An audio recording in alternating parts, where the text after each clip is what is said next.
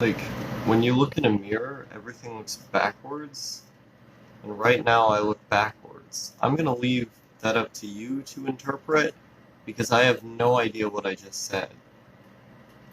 In general, my humor style, or just the way that I try to convey humor among people, is to just say nonsense. It's to say things that literally make no sense, uh, have no meaning, um, and that's kind of the point. The point is to just say nonsense. I don't know how to make jokes any other way. I don't know how to say things that are like clever or um, analytically like could be understood as a joke that would be told by someone smarter than me. I have no idea what I'm doing on that front. So I just say nonsense. I just say things that don't make any sense. And when I'm around people, I'm not very expressive. I tend to have the same cold expression, no matter who I'm talking to. When I do try to smile, it tends to make people uncomfortable, and it looks really unnatural. If you've seen me smile in my videos, you've probably noticed this, is that every time I smile, I look really strange and unnatural. Um, in general, I don't tend to be expressive. I never have.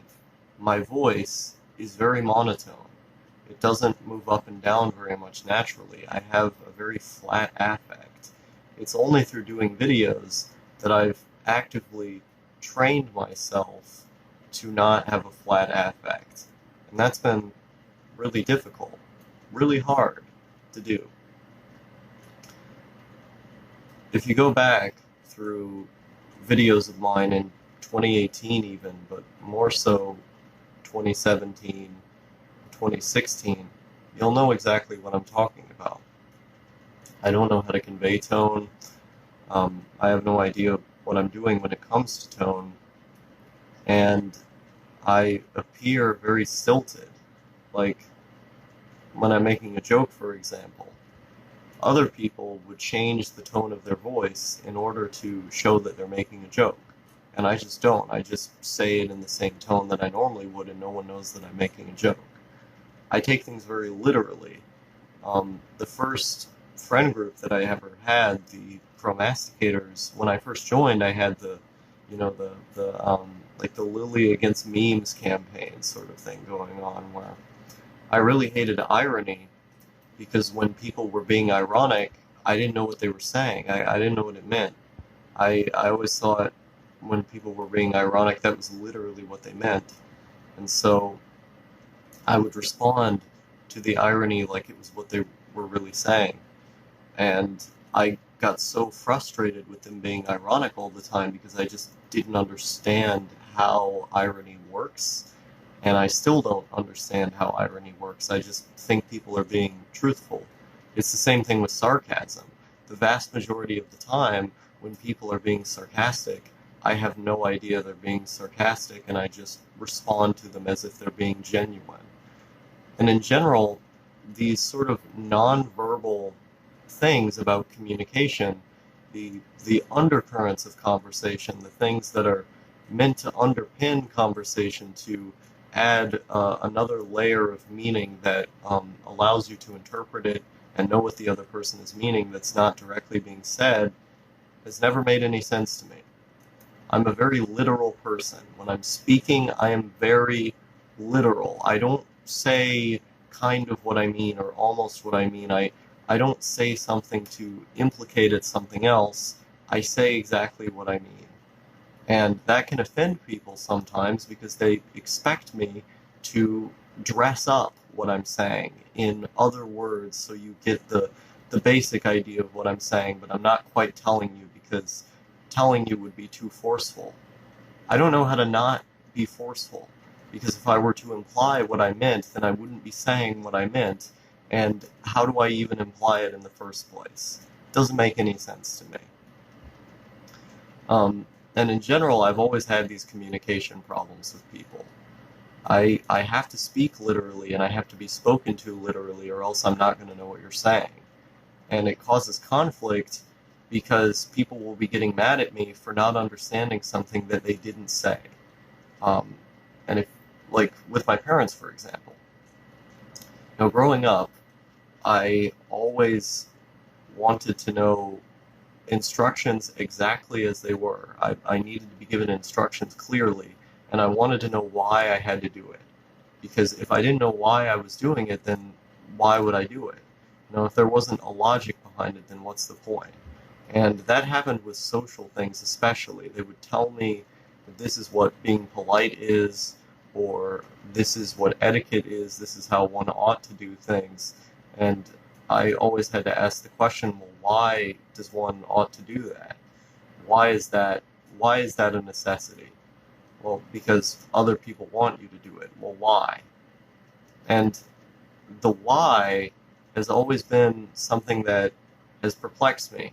It's the first question that I go to before I do anything. I need to know why, or else why would I do it? And it seems like other people just do things because other people want them to do things. They don't do things because they feel that there's a reason behind it. I need the reason behind it. And they'd always get mad at me when I'd ask that question because it was, oh, you're being disrespectful. You're questioning our authority by asking this. And that kind of confused me too, because it's like, I'm not questioning your authority. I'm not saying that I'm not going to do it. I'm just asking, why should I do it? But the mere fact that I would utter a question like that was enough for them to assume that I had the intention of not doing it. Because if you don't immediately kowtow to authority and what is the word, grovel in front of them, then clearly you must be disrespecting authority, right? It's infantilizing. And I've always had this problem with the way that children are treated. Like they're not able to think for themselves. They're not able to notice details and take directions and make choices. That they, just have to be absolutely and completely subordinate to the authority above them, has always bothered me a lot. Because if I was just explained why I had to do the thing, I would have done it, and I often did do it. But just the fact that I would ask that question is considered a sign of disrespect. It makes no sense to me. But that's my general way of looking at things. Like, when it comes to social things, I don't understand them. Like, they have to be explained to me, and the way that they tend to be explained to me is either other people want you to do it, or it's what's considered polite, or it's what's expected of you. And that doesn't really make any sense. And then when I'm explained how to do it, and I try to apply how to do it, I always seem to do it more extreme than other people would expect me to, and then that backfires. And so, like, I just have no idea what I'm doing. Like, even now, like I have the urge to smile in a video, to try and be more, what's the word, charismatic, or present myself in a more entertaining way, a personable way, that's the word. But if I did that, I wouldn't know what I was doing. Because every time I try to smile in a video or in person, it always looks really unnatural. I have like one face, and very, very minor alterations of that face when I'm thinking about something or getting more intense with what I'm talking about. It doesn't really change beyond that. I've had to train myself with my voice to speak in this very, announcer kind of presentation way. And the way I did that was just through copying other YouTubers. I heavily analyzed their speech patterns. I paid active attention. I didn't put on videos in the background until like last year. Like last year was when I started putting on videos in the background. Before that point, I just sat down and just watched the video like very intently. I didn't do anything else. And so, as I was watching this content, I was actively picking up on speech patterns. I was picking up on the way that other people said things, how you're supposed to say them in this context or that context, and through observation, I copied the speech patterns of the channels that I really liked, and then I tried to apply those things to my own voice in order to make myself sound more entertaining. But before that point, you listen to my voice, and I had a flat affect. I was completely stilted, and that's how I've sounded for most of my life, except when I was really little. And I have a theory that something changed when I was really little, because when I was little, making videos, my voice would go up and down, and I would get really excited. But something changed. You know, something, when I was like 7 and 8, I could be, I could be pretty grandiose with how I was talking, in the sense that, my voice would go really high up. And I liked getting loud. I liked making sounds specifically. I was obsessed with making sounds. And then at some point, when I got to like in the middle of like being 8 or 9, something just changed. Like, I stopped trying to speak to my family a lot more. I stayed in my room a lot more. And I didn't speak as much. I didn't have the ability to assert myself or say things. And I just got really, really quiet. And the way that I spoke got really monotone. I was always told that I spoke monotone in general. Growing up, when I was like 4 or 5, my parents often called me a quote-unquote a boring child. And I got punished for that a lot. I would be in the middle of a sentence, and then I would just get yelled at for the sentence. Because I wasn't speaking fast enough, or I wasn't speaking with, enough intonation. And they would describe it as, when you're talking, you just go on and on and on. You don't take breaks, you don't breathe. They would yell at me and go, breathe, very intensely. And it scared me. And I'd get hit oftentimes for, being boring. They'd explicitly call me boring. And in general, this persisted as I got older. And as I got older, it got worse, where I'd be trying to explain something, and then I'd get cut off really quickly with this, loud yelling, and I would get so nervous that I just couldn't finish my thought. I'd get too upset. And then the speech patterns got even worse, of me, being unable to get words out because my parents would just be shouting at me all the time because I'd be going too slow. I've always been slow. I can learn things and I can do things, but I have to do them at my own pace. If I feel like I'm under pressure for someone, or I'm being rushed by someone, I'm gonna do them even slower or even worse. Because now I'm thinking about the pressure from the other person more than I'm thinking about what I'm doing. And I think as a result of all that pressure I would get from my parents when I was talking, I wouldn't be able to get words out, and it would be even more stilted than it already was. And so I think because of all of the yelling, I stopped trying to be entertaining around other people. I stopped making the fun sounds and stuff that I liked making. And I just sort of went back into my room.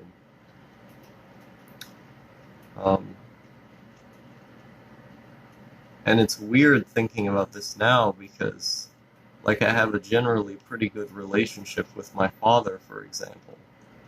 And it wasn't always like that. He's gotten a lot better over the years. Every time I try to talk to him about stuff that's happened in the past with lots of yelling and hitting and these sorts of things, he always says he doesn't remember it. Oh, I don't remember that. And so it feels like I'm kind of unable to talk to him about it because he just claims that he doesn't remember it. Even though I remember a few years ago when I've talked to him about it, he claimed that he did remember it. And that's strange. With my mom, she'll apologize and everything, but she still continues with a lot of the same behaviors. With my dad, it's the opposite. He actually changed his behaviors. And monumentally speaking as well, like, he's so much better now than he used to be. It's like night and day. It's incredible. Especially after I ran away from home the first time, and now running away from home the second time. And so it's hard for me to figure out. It's hard for me to figure out, like, the origin point of these things, because they always said I talked for too long, and then I talked in an unentertaining and monotone way. And when I would try not to do that, it would be met with the reaction of, this is even worse, why are you so annoying? So it was kind of like those things were reinforced by the way that I was treated, with the yelling actively making me more nervous and giving me worse performance anxiety, and also with the general negative evaluation of me trying to speak in a less monotone way. So essentially, to one extent or another, that's always how I've spoken.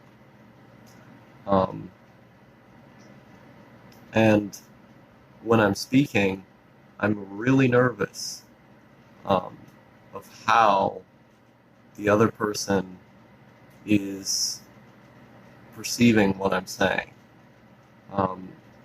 And it's like, just the fact that there's a physical person there adds so much sensory information that, like, I can't get my words out the way that I normally would, because I'm trying to pay attention to the little hints that they're giving, physically, and I have no idea what they mean. I don't know how to interpret them. But at the same time, I'm hypersensitive to, like, any like, what's the word, hint that you could give that you're, like, rejecting me or angry at me in some way or about to get angry about something. So much so that I tend to interpret reactions of people as more extreme than they actually are, or I interpret them as being something that they're literally just not. Because with my parents, I had to train myself to tell when one of them was going to get mad. Because a lot of it, to me, would be over totally innocuous things that didn't make any sense. And to other people, it would be as well. At least for some of them. And so I trained myself to be hypersensitive to how they reacted to things. So much so that when I got into conversations with normal people, I had a warped perception of the way they would react to things. And so I would end up assuming that they were going to react to something in a negative way or in an angry way, or that they were going to attack me. That's one of the innate assumptions, is I'm about to be attacked. And it would be just them, like, being smug, like just normally being smug, or doing something that would be considered innocuous, or just sort of like playfully mean under a normal pretense. I didn't get that, because I'm looking for the smallest signals that someone is about to hit me. My brain has trained itself to look for the smallest signals when someone is about to hit me, because that's what I had to pay mind to when I was growing up, either from my brother or my mom or my dad. My brother especially, it would be very small things that would trigger him to get a bit nuts. I think oftentimes he was just looking for an excuse to get a bit nuts. And so I had to know what was going to set someone off. And when the only people you interact with are your family, due to being homeschooled for as long as I was, it's going to affect anyone to have to look for those little signs among your family members to make sure that you're keeping safe. It's going to affect anyone's perception of reality because those are the most important people. Those are the foundational figures that give context to all of your other interactions. But for me specifically, when those were the only people I interacted with, it's going to affect me worse, much worse, than it would anybody else. And so I get into normal interactions with people, and there will be nonverbal communication that they're trying to convey to me that I either just will have no context for, completely not understand, that's most of it, or I overinterpret. I assume I'm about to be attacked, I'm going to get yelled at, someone's angry at me, or I'm going to be rejected in some way. And that ends up coloring my actions, the way I react to things, oftentimes for the worst. Choosing to be the one who fights first or runs away first when that reaction wasn't warranted. And so there's these general, like, socially inept things about me. From getting hit as much as I did as a kid. And this isn't spanked, I'm talking about hit. You know, spanking kids, I don't think that's good. Most of the psychological community does not think that's good. But I'm talking about, you know, getting hit at a very young age pretty regularly here.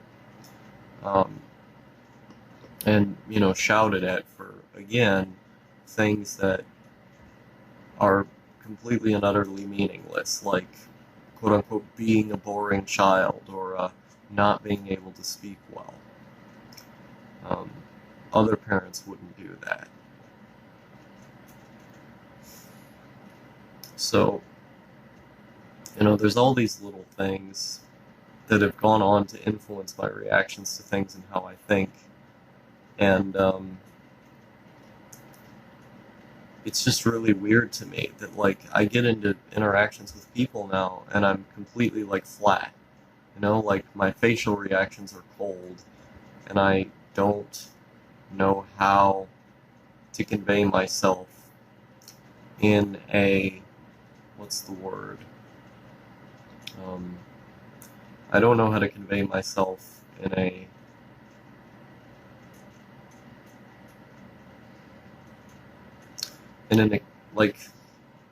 an expressive way that shows you what I'm feeling, because most people just show you what they're feeling. I have to tell you what I'm feeling, and then you have to kind of take my word for it, because people are looking for you to show them what you're feeling. They're not just looking for you to say it.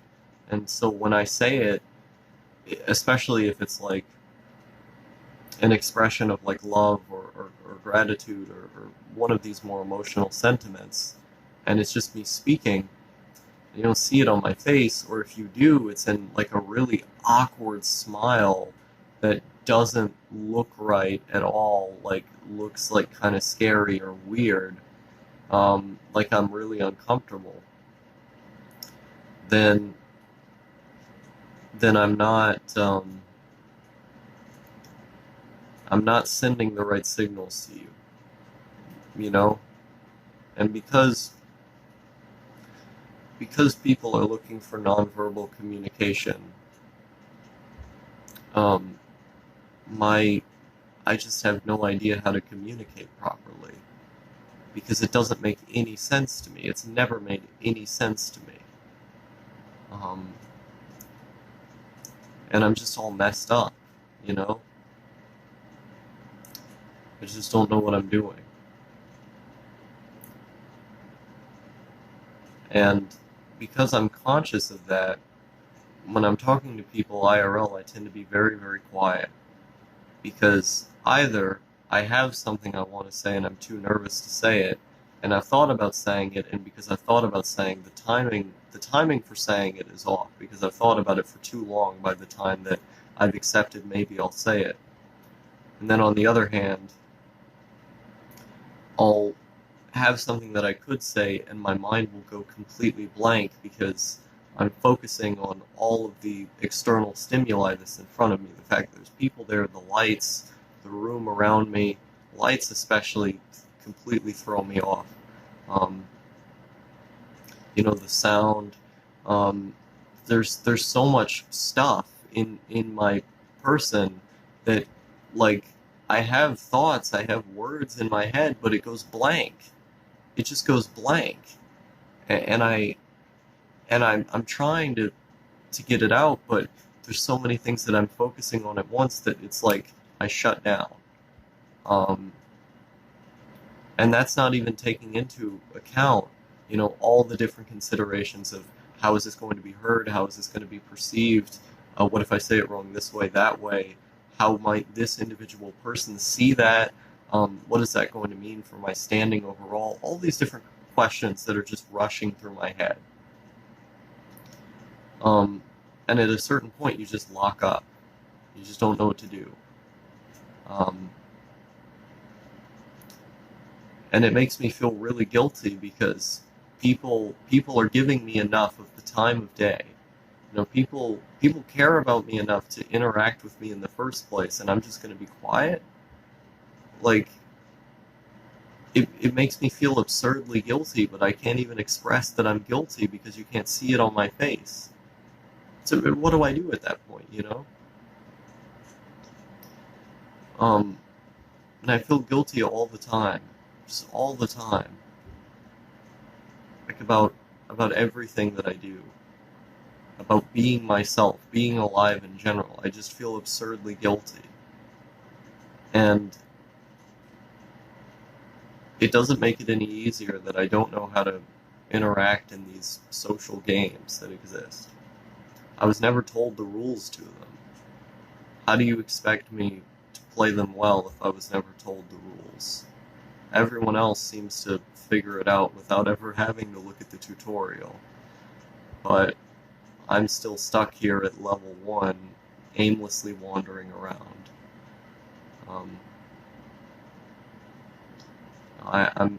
I'm playing life on very low stats. I messed up my build.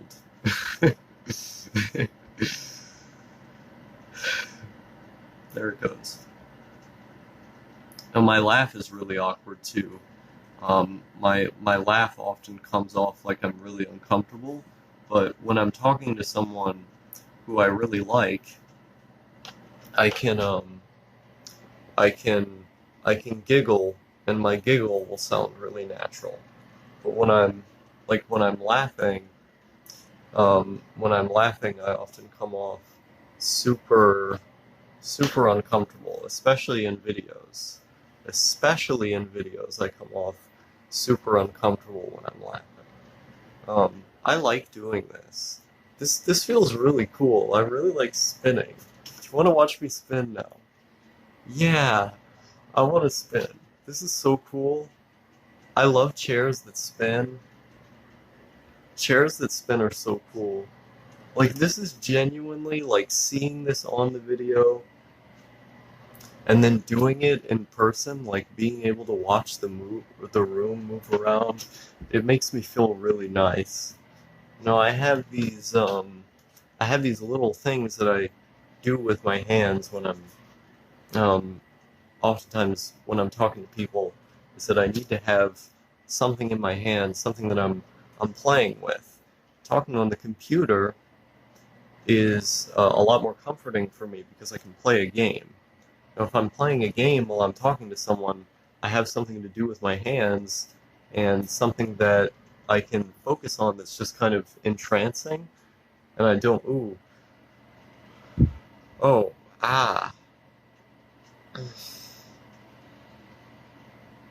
That was a bad idea. I feel really sick. I actually feel really sick now. That was a really bad idea. Um,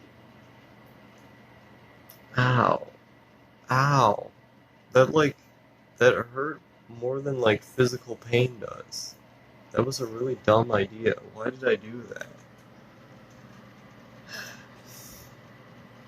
I think I messed my hair up too. My hair's always messed up because it's short.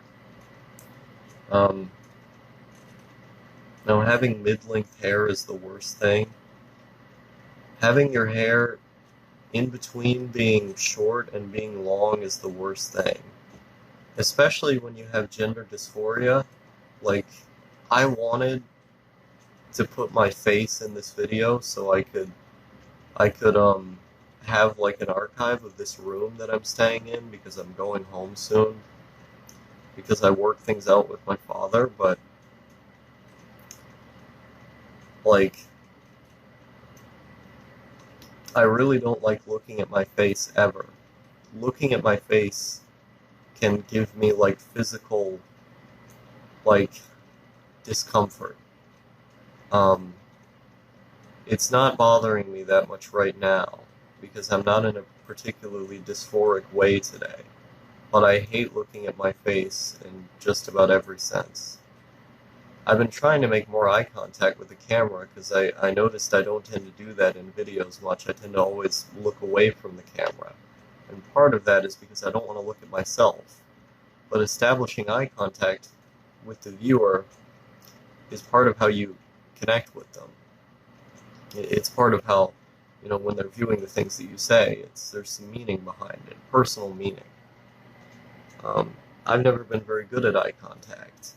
I try to, because I've noticed actively that it's a thing that I don't do, and so I've tried to make an active effort to do it. And I tend to get like physical discomfort when I'm making eye contact with people. Like physical discomfort. That's how bad it can be. And I just don't know what I'm doing when I'm doing it. And I've never really made much eye contact. I've always been one to sort of remain in my little physical bubble. But other people expect me to do that, so it's another one of those expectations that like is actively distressing for me, but you have to learn how to do it anyway.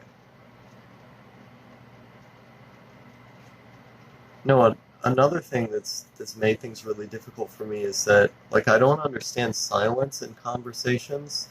There's this idea that normies tend to throw around of like comfy silence or comforting silence or having people like sit together and everyone's just on their phones. And whenever I'm in a scenario like that, I'm like, why did you all come together if you're just going to be quiet? Why speak to someone if there's not like a regular dialogue throughout that goes and goes? You say your part, then I say mine.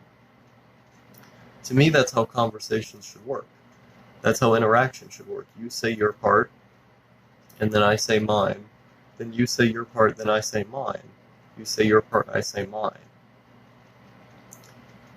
When it's silent, it just feels like wrong. Like something's not right. And then at that point, I feel the pressure to say something, and I may not have something to say. And that's why I really like people who are very talkative, because in general, I'm very quiet. I'm very timid. If I have someone who's really talkative, they can throw a lot of ideas at me, and then I might be able to expand on some of them, express agreement or disagreement in this way or that way, and the conversation can keep flowing. I don't have to take up the mantle of the conversationaire in that way. I don't have to be the leader that people follow. I can just follow the leader. That's what I prefer. That's what I like. And I don't get that too often. with people who interest me. A lot of the time it's people who are really boring. And I find like 99.5% of people really boring. I'd rather just not interact with them. I hate most people. Um,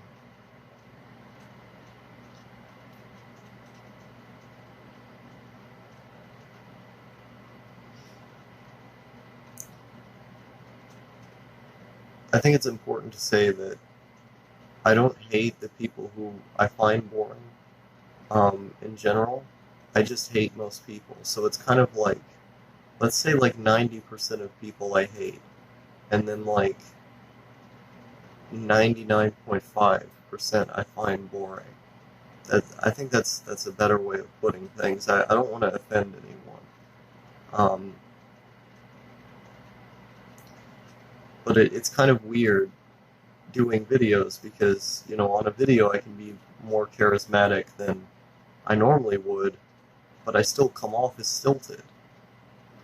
In the old days, it was because I had the active perception in my head of the audience watching it. Someone will see this. Nowadays, I'm just talking to myself, but you can still see the strange affectations that I present, mannerisms, etc., that are weird, just weird, and awkward. But I'm talking to myself. So the reason I can talk at all is because I'm talking to myself. Um, Now, I can talk on the internet because it's much easier to leave a conversation if it's online, and there's not that extra stimuli of the physical person, so it's not as scary, it's not as overwhelming. Um, but even online, I get anxiety in voice chats with even my best friends. It's just a lingering anxiety that's in the background. Um,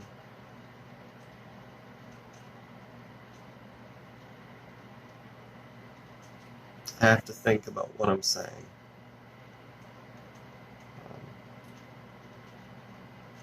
No, I don't join very many voice chats. Um,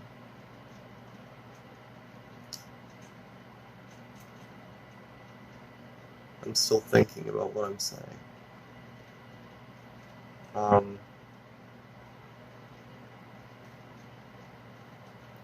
I think there was a point when it used to be easier for me to VC, and it's just sort of gotten worse over time. Like, there's always been anxiety towards it. It's always been hard for me in one way or another, but I think it used to be easier at a time. And now it's just sort of gotten worse as I've gotten older. And it's like, if you get anxiety even on the internet, like, what do you do? What do you do at that point?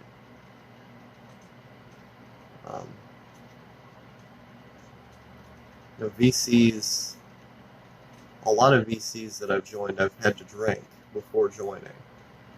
Or I just can't join them. Or I'll take like phenibut, over-the-counter GABAergic drug that reduces anxiety. It's prescribed for anxiety in like a lot of Eastern European countries. You can just buy it over the counter here for some reason.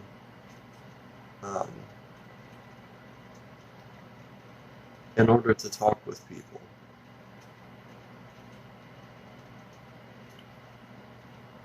And that's pretty much like the only way I know how to talk to people, is through drinking or taking a substance of some kind. I don't really know how well that would translate in physical person, though, because, like, I've had physical interactions that I've had to be in at home in real life, and invariably I pretty much always take something before the interaction, and taking something doesn't even work that well. The anxiety will be so bad that it'll overpower whatever I took, or it'll remain present within it. at least cognitively, you know? And so it's like, what do you do? I know I keep saying that, what do you do? But what do you do? Um, I took SSRIs for a long time. Well, not as long as other people, but um, in 2018 I took SSRIs. And those worsened my depression by like a lot. Same thing with other antidepressants like amitriptyline and sort of those other weird antidepressants that aren't SSRIs, the SNRIs, and all those different drugs. They ended up worsening my depression or giving me some kind of, something akin to mania, or giving me anhedonia and this kind of thing, suicidal thoughts, really, really awful suicidal thoughts from those medicines. But they got rid of my anxiety. And I could go out, I could leave the house all of a sudden. And in 2016 and a good portion of 2017, I could not leave the house. I just couldn't. I actively refused. That's over a year there you got of just not leaving the house. Except to go to doctor's appointments and the store when I was absolutely forced to. I'd always be very awkward and not be able to get out a sentence in these public places. You know how it is. Avoided it in every way that I could. I was completely nocturnal. And when I dropped out of high school, after going for a few months in 2017, in the school year of that year,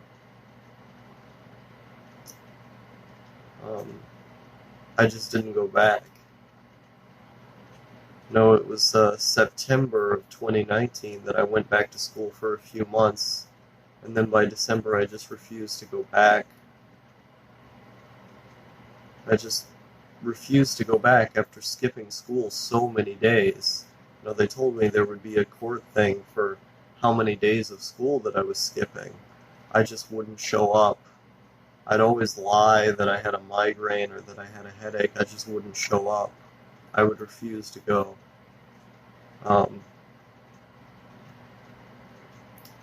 Until eventually I just dropped out again. I couldn't make it through. Couldn't make it through all those people, all the constant anxiety.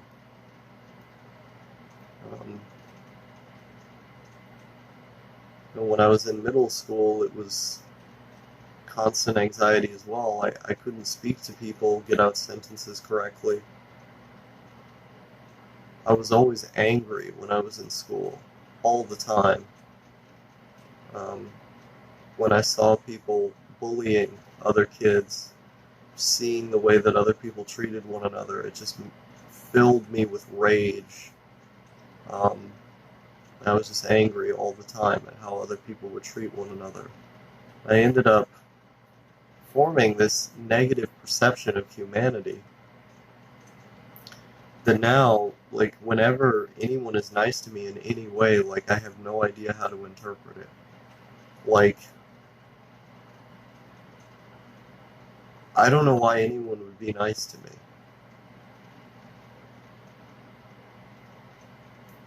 Like right now, like, I'm in a place that a guy who watches my videos just let me stay in. And then, like, his roommates have been absurdly kind to me.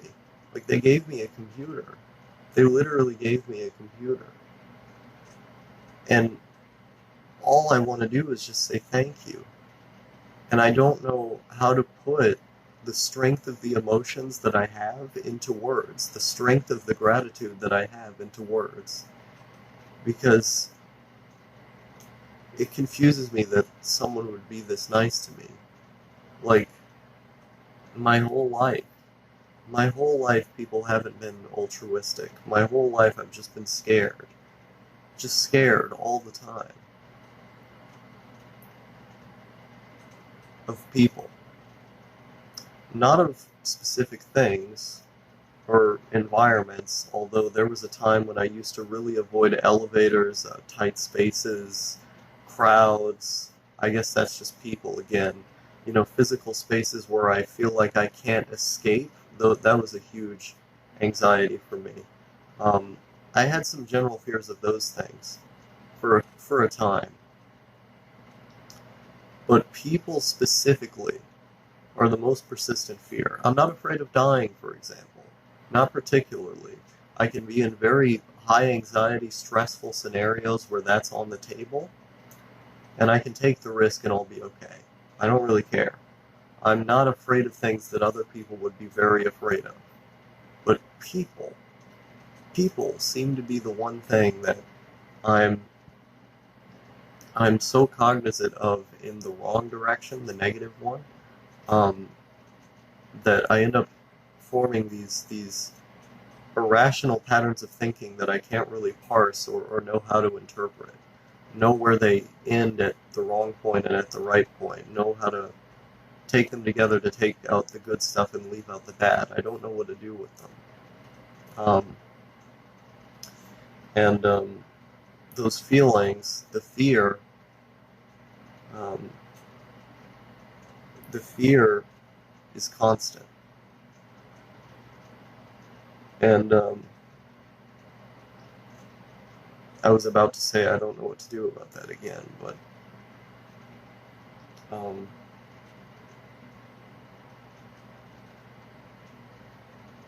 social anxiety is my diagnosis. I don't have generalized anxiety. I don't have a phobia of a specific kind. I have social anxiety and autism. Um, and that makes my life really difficult.